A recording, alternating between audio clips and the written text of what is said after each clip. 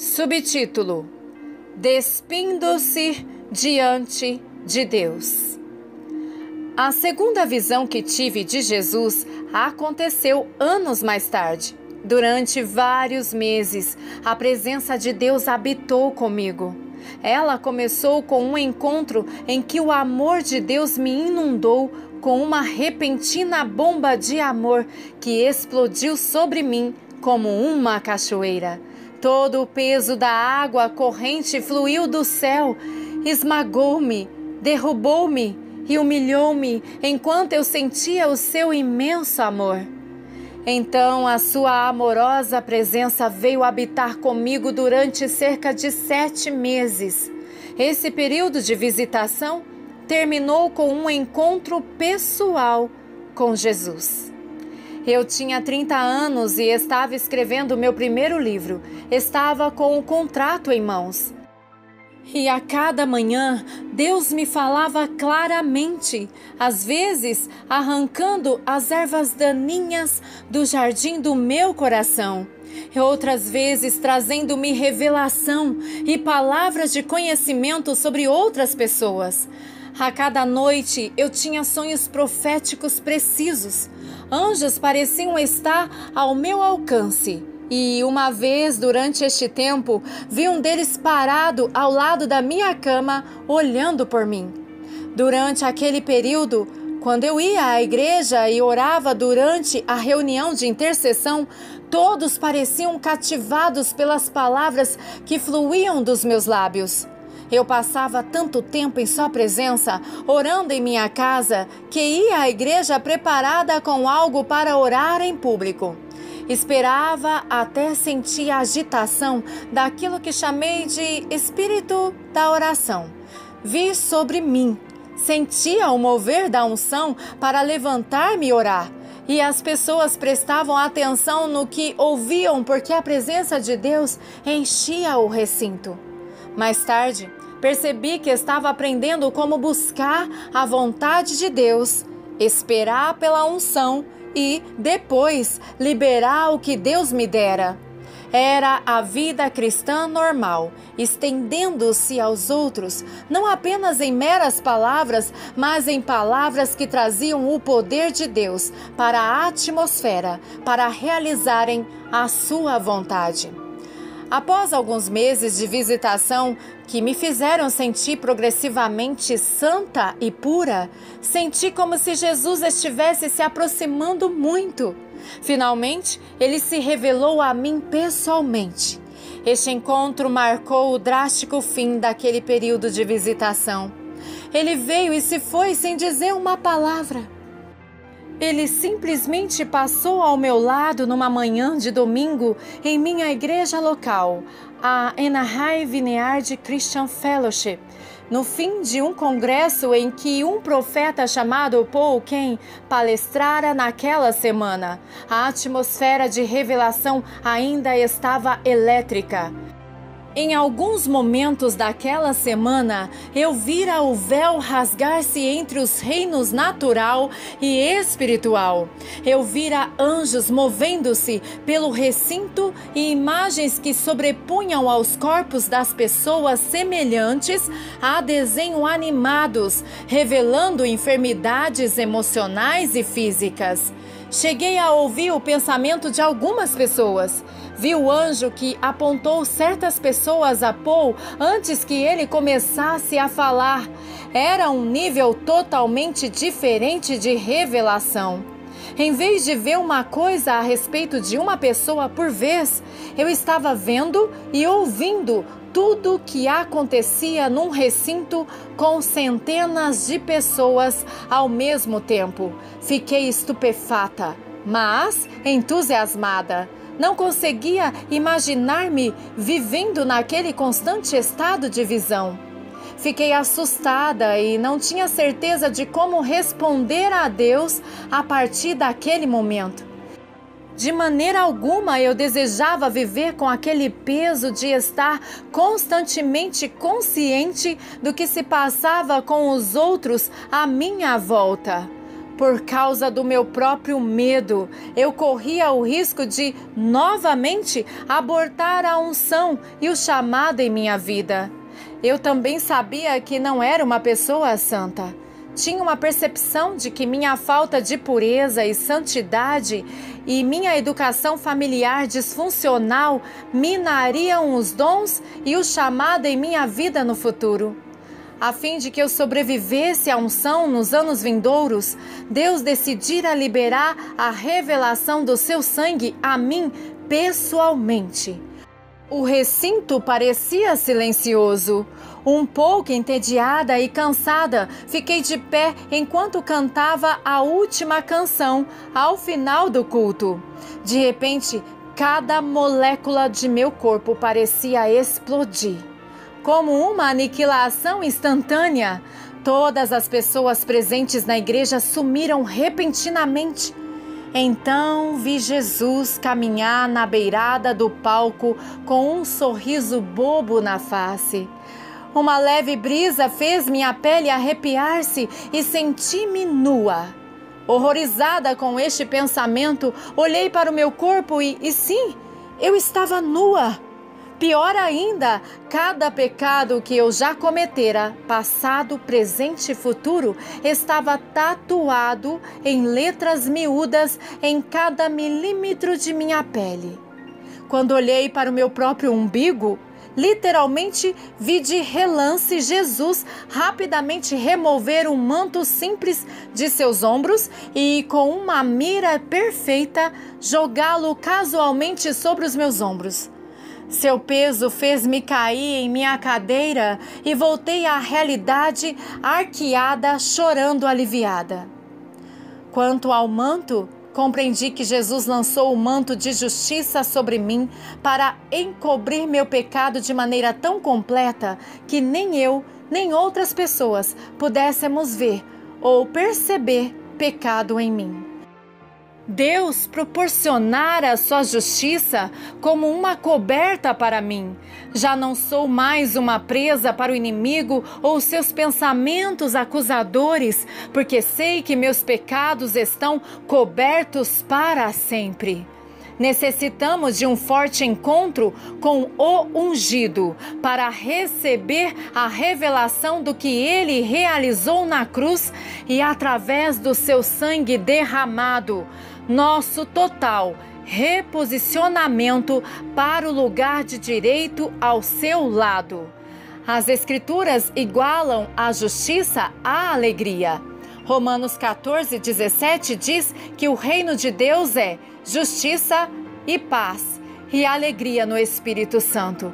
Quando você está em um relacionamento correto com Jesus e o seu sangue cobre os seus pecados, a paz e a alegria enche o seu coração.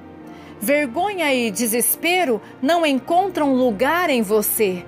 Aquele manto de justiça cobre seus pensamentos e o guarda contra a tentação e atitudes autodestrutivas.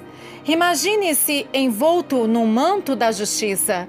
Jó disse: eu me cobria de justiça. Jó 29:14.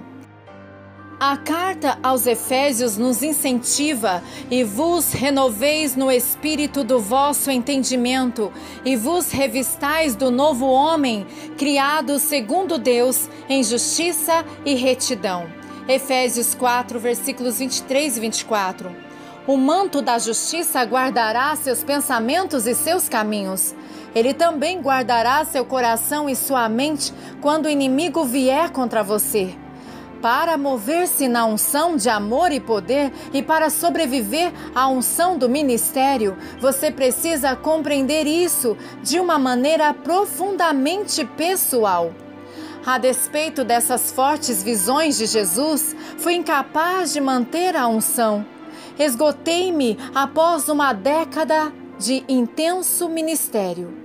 Paguei o preço de trabalhar com uma igreja do interior do país repleta de pacientes de AIDS, homossexuais confusos, pessoas mentalmente enfermas e universitários. Eu ministrava profeticamente na cidade e era conhecida pelos dons de revelação, que fluíam com precisão e poder, liberando cura física e emocional e revelando chamados e destinos. Isso transformou a desesperança que eu via nas pessoas em uma fé renovada para o futuro. Juntamente com os convites para palestrar e ministrar, vieram as represálias do inimigo com a intenção de me destruir, geralmente por meio das palavras de outros líderes cristãos. Um líder secundário de uma igreja, habitualmente uma esposa de pastor ou um presbítero, me convidava para falar numa reunião e eu ministrava com todas as minhas forças, liberando muitas palavras proféticas precisas que traziam cura, restauravam casamentos e revelavam o chamado das pessoas. Depois disso, o pastor principal inevitavelmente fazia um comentário não sobre o ministério ou sobre o que eu dissera, mas sobre o fato de eu ser uma mulher solteira. Então ele dizia não ter me convidado e que não gostara de uma mulher solteira ter ministrado em sua igreja. Ouvi coisas como: talvez na próxima vez você possa retornar com o seu marido, deixando implícito que eu não deveria ministrar a menos que fosse num papel secundário. Pastores convencidos disso esperavam que eu me casasse e desempenhasse um papel coadjuvante que fariam brilhar o ministério do meu futuro marido. Mesmo em minha própria igreja, que eu estava ajudando a plantar numa cidade do interior, o pastor tinha a tendência de convidar jovens homens homossexuais para falar, mas bloqueava qualquer mulher que tivesse qualquer tipo de unção. Certa vez, após anos servindo na igreja e sendo conhecida pela unção profética que eu carregava, ele me convidou a falar numa noite de domingo e marcou a data.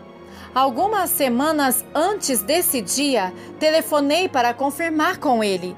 Ele respondeu que havia sido uma brincadeira. De fato, ele agendara outro rapaz para pregar naquele culto vespertino. Um jovem que estava lutando para deixar seu estilo de vida homossexual. A mensagem subjacente que o pastor transmitia para mim e para outras mulheres era: para falar em minha igreja, prefiro um homem homossexual a uma mulher. Ao longo dos anos, tive mais oportunidades e convites para falar em igrejas no mundo todo, mas nunca em minha igreja local. Ele também levantou casais casados que se associaram à igreja acima de outros adultos solteiros, embora os solteiros demonstrassem mais unção e sabedoria, lealdade e caráter. Claramente, o preconceito com relação às questões de gênero e casamento na igreja me desgastou, provocando desapontamento e dor. As mulheres me recebiam como profetisa. Os homens não me recebiam de maneira alguma. E quando o faziam, era recebida como escritora ou conselheira, um papel coadjuvante, alguém contra quem eles não sentiam a necessidade de competir espiritualmente. Comecei a buscar o isolamento, escorregando em direção a antigos pensamentos e comportamentos pecaminosos e querendo sair de tudo aquilo. Na época em que ministrava a pessoas na igreja, também trabalhava em tempo integral como conselheira. Acabara de obter meu grau de mestrado e dava algumas aulas numa faculdade local. Claramente, eu dava demais e recebia demasiadamente pouco. Cheguei ao ponto de sentir como se Deus estivesse me usando, entre aspas. A falta de apoio pessoal e o sentimento anti-mulheres na igreja distorceram completamente os meus pensamentos até que atingi um estado de engano mental. Comecei a sentir-me como se tivesse desperdiçado minha vida com Jesus sem receber dele nada em troca, nem mesmo o marido e a família que eu tanto desejara. Decidi que meu amor obsessivo por Jesus havia arruinado minha vida e que era hora de parar. Eu precisava de férias, então tirei férias, mas esqueci-me de voltar. Deixei a igreja e voltei ao sul da Califórnia, onde caminhar na praia e estar na água, dentro dela ou sob ela, parecia trazer-me mais cura do que qualquer culto de adoração ungido podia trazer. Anos mais tarde, estava me afogando, literalmente, durante um mergulho no Havaí. A caminho da inconsciência, meus olhos lutavam como crianças resistindo à hora de dormir, piscando para recusar a escuridão, buscando a luz que se encolhia diante de mim.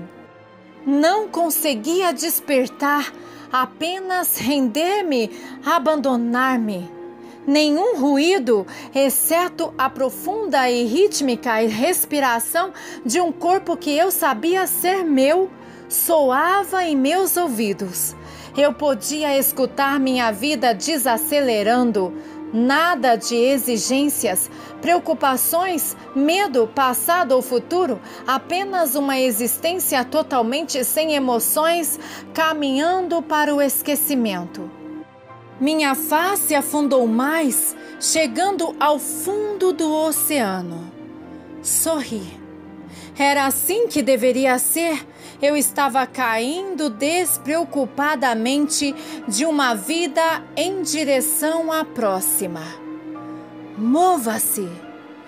Ouvi uma voz mais próxima a mim do que meu próprio batimento cardíaco, autoritária, mas suave. Meu cérebro a ouviu e ignorou-a, até que senti duas mãos agarrarem as correias do meu colete flutuador, puxarem-me da areia, virarem-me para trás e lançarem-me em direção aos outros mergulhadores. Meus pés deram duas batidas por reflexo, meu corpo estava se contorcendo de volta à realidade. Despertei com aquela ação relutantemente. Embora estivesse um pouco tonta, agora a razão prevalecia. Terminei o mergulho nadando na companhia dos outros. Dirigi-me à superfície alguns minutos antes e subi para o barco de mergulho, ficando totalmente calada no retorno ao porto de Hunuko-Hau, em Kona. Se eu tivesse desmaiado totalmente debaixo d'água, os outros não teriam percebido em tempo de salvar-me. Minha mandíbula teria afrouxado, o regulador teria caído da minha boca e, em vez de sugar ar, eu teria respirado água, entrando em convulsão e morrido em poucos minutos. Anjos nadam, agora eu sei disso, porque um deles nadou atrás de mim, puxou-me das portas de pérola e jogou-me de volta à vida. Era um mistério sobre o qual ponderei durante muitos dias após o ocorrido. Você é incapaz de chegar assim perto da morte sem imaginar por que lhe foi permitido viver. Por que o Senhor me salvou? Perguntei a Deus em voz alta um dia, ao fitar o oceano bem distante da varanda do pequeno chalé em Kona que eu alugara durante um mês. 3 meses depois, Deus decidiu que era tempo de responder a minha pergunta. Até aquele momento, meu coração se abrandara em relação ao Senhor e eu combinara com Ele de modificar o chamado da minha vida. Eu escreveria sobre outros e ajudaria a edificar o seu reino como uma escritora, desde que Ele me capacitasse a manter os dons de revelação trancafiados. Dessa maneira, como uma criança boba, eu pensara que poderia controlar quando e onde serviria ao Senhor.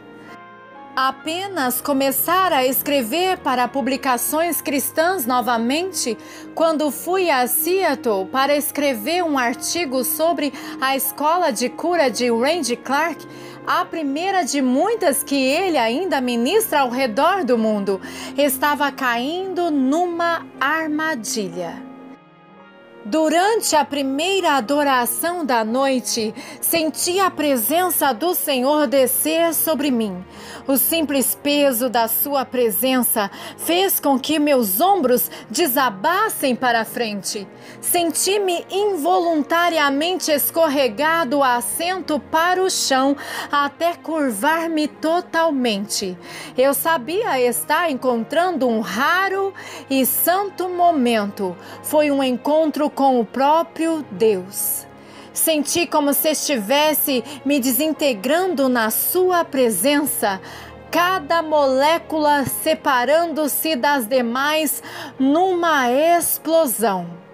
A igreja, os músicos a poucos metros de distância, a multidão em pé, sentada e dançando nos bancos atrás de mim e à minha volta, tudo desapareceu.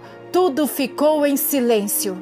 Nesse momento, a estrondosa voz do Senhor falou claramente à minha mente. Foi por isso que eu salvei você do fundo do mar. Percebi que alguma coisa pairava próximo ao meu hemisfério cerebral direito, com uma grande bolha ondulando-se um pouco para o lado. O Senhor falou novamente: quero restaurar a unção. Percebi que ele estava pedindo permissão para liberar mais do seu Espírito Santo, da sua presença e, particularmente, dos dons de revelação em minha vida. Quando eu disse sim, o peso saiu. E sua presença invadiu todo o meu ser.